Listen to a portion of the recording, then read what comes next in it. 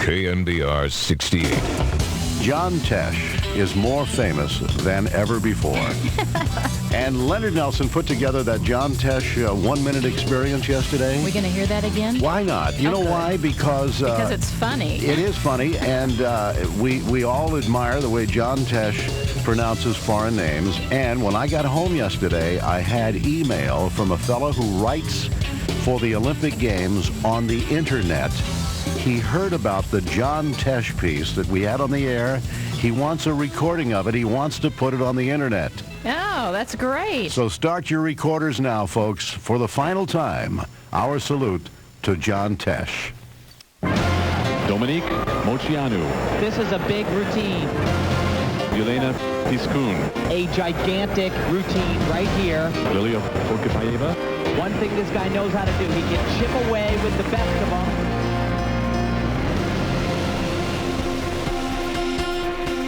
Milosevic, Lilia Polkapaeva's Mohuilan, Zhang Jingjing, Shenzhen, Mohuilan, Zhang Jingjing, Polkapaeva, Shenzhen, Mohuilan, Davide Milosevic, Stefana Foginskaya on hold. Li Shuaoshuang, Li Shuaoshuang, Li Shuaoshuang, Li Shuaoshuang. When he does this dismount right, one of the best in the world. Li Shuaoshuang. That's a big step back. That could be 1, maybe even 2 tenths. John Tesh, a name that will live in Olympic history books. 10 minutes before 7 o'clock now, 6:50. Frank Dill with you on a Monday morning. And if you pick up your morning chronicle, you will see a little box that says Mateer and Ross are on vacation. However, Phil Mateer is on the line with me. Phil's been covering the GOP convention down in San Diego. Checked in with us Friday morning. Good morning, Phil. How are you? Oh, I'm all right, guy. All right. Hey, let me ask you something. Since you were down there at the convention, you're into this political stuff and everything. Have you noticed the polls since the convention ended? Dole is gaining on Clinton. What do you make of that? Spending a week down in San Diego was like spending a week in a television studio. Everything was so carefully choreographed. You just felt like you were going from one set to the other. Right. But I think the race in California is going to come down to about a 9 or 10-point spread there in the next couple of months. And I'm going to tell you right now, the Dole people, they're not saying they can win California, but they figure they can, if they can keep Clinton tied down here and keep him coming out here for the rest of the election, that'll be as good as they can get so that he can lose some support elsewhere. Mm-hmm. We benefit from that, Frank. How? Because every time Clinton comes out, he brings a packet full of goodies. Yeah, he always brings some money with him, doesn't He always brings some contract out here to help us pave a road or build something, you know? That's right. So the best thing for California is a close election. So when those polls come out, don't you be disputing them, Frank. You just pump them right on up, okay? You've got it on. KNBR 68, San Francisco.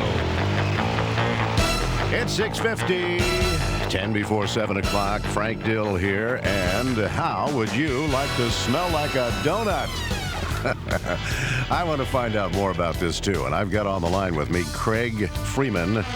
And apparently, Craig, you are the co-developer of Donut Cologne. Is that correct? That's right, Frank. All right, now tell me, why would somebody want to smell like a donut? Well, there's lots of reasons. Number one, if you're trying to get off donuts, this is a way to help you get that satisfaction of donuts without eating them.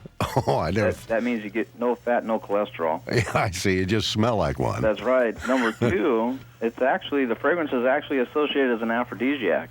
Oh, now wait a minute. That's right. Now hold it a second. You're telling me that the smell of a donut is an aphrodisiac. That's specifically cinnamon crumb. Cinnamon crumb. That's correct.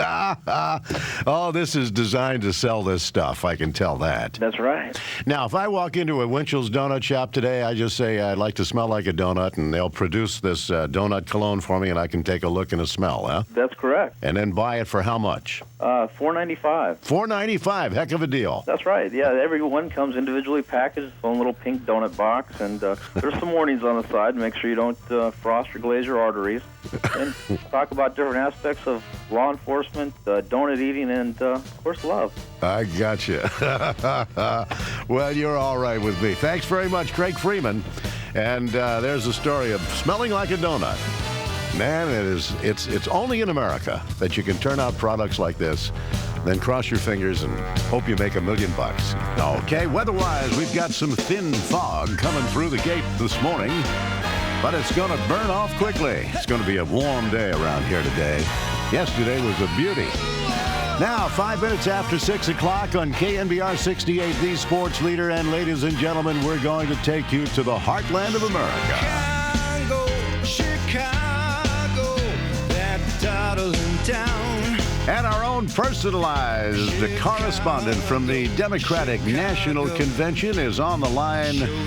Mayor Willie Brown. Good morning, Mr. Mayor. Good morning, Frank, and do I love that description.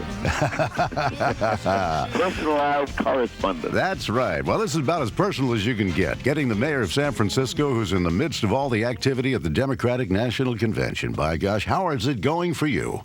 Oh, it's moving along smoothly. This is the last day. Last night was a good day, or I should say all day was a good day yesterday.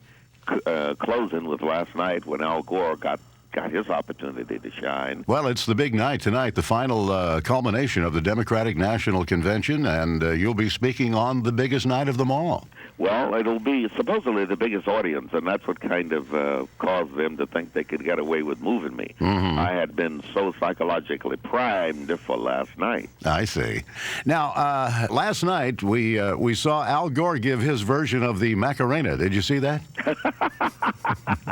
No, I didn't see that. I must have turned my head. Now, is our Mayor Willie Brown joining the Macarena craze back there? Well, I've been a little bit ahead of that curve for a long time. I didn't realize what I was doing, but my hips have been moving for years. That's why Steve Rubenstein couldn't keep up. Did he follow you around all day? Well, we finally shook him. Oh, you shook him? Yes. Oh. I'm going to get him on the line here in about an hour and find out his version of this whole thing. We hope he's still in Toledo.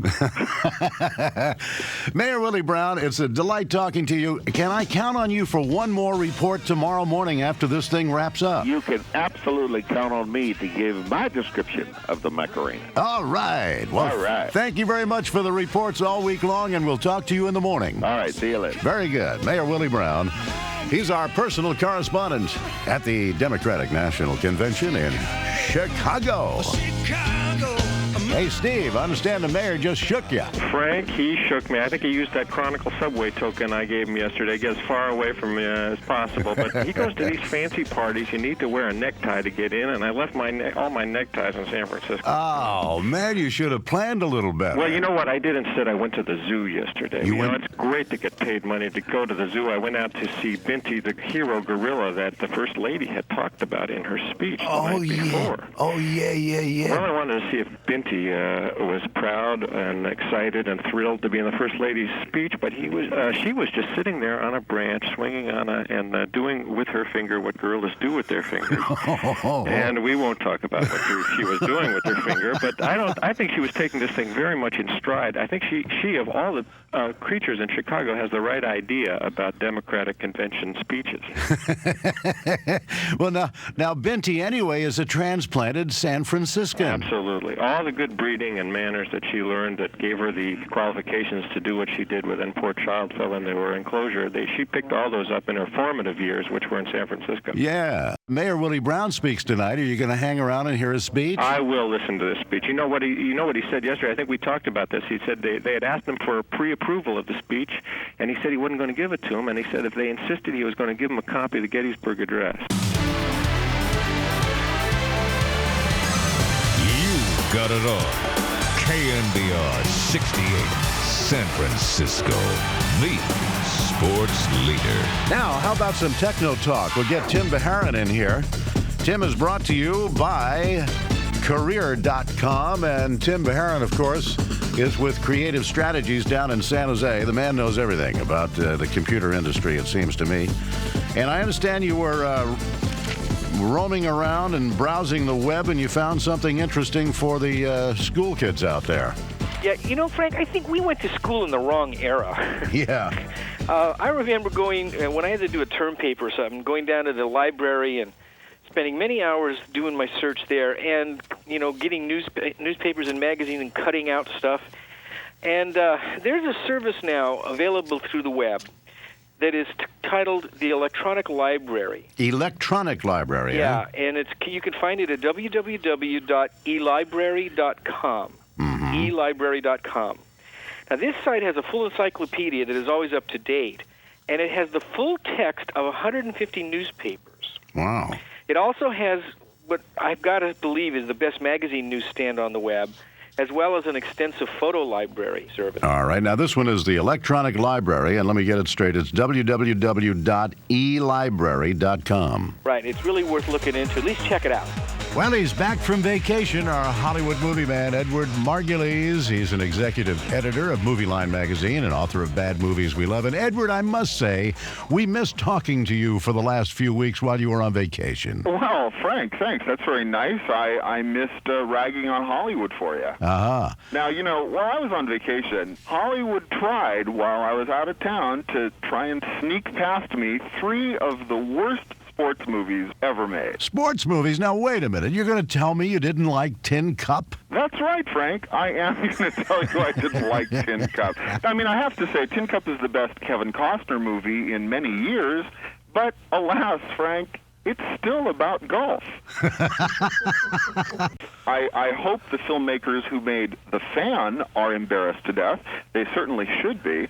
This is a hack movie about, Robert De Niro stalking baseball great Wesley Snipes, and it not only reminds you of other better movies, it reminds you of other better Robert De Niro stalking movies. You know, namely Taxi Driver, The King of Comedy, and Cape Fear. The only surprise in The Fan is its really, truly absurd ending when, Psycho De Niro forces Snipes to, what would you think he forces him to do? Does he force him to pay him $1 million? Does he force him to kill someone? Does he force him to have sex with him? No.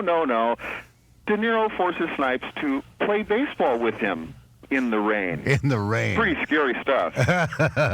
All right, what's the third worst sports movie? Well, my vote for the crack-brained sports film of the year, or possibly the decade, is Escape from L.A. Kurt Russell, who in the movie is running around like a futuristic, hellish Los Angeles that is completely indistinguishable from contemporary hellish Los Angeles, he has to surf a tidal wave, he has to hang glide over Disneyland, and then the villain forces Russell to shoot hoops or die.